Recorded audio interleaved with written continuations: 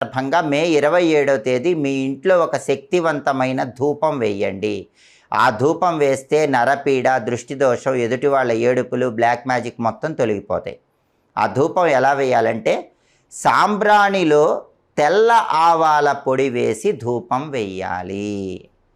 ఎవరైనా సరే ఉదయం 8:55 ఒక పళ్ళెల్లో సాంబ్రాణి ఉంచి ఆ సాంబ్రాణిలో తెల్ల ఆవాల పొడి వేసి లేదా తెల్ల ఆవాలు వేసి ధూపం వెలిగించి ఆ ధూపం ఇల్లంతా వెయ్యాలి. ఈ ధూపం అనేది నరపీడ, దృష్టి దోషము, శత్రుబాధలు వీటన్నిటిని తొలగింపజేసి సమస్త శుభాలను కలిగింపజేస్తుంది.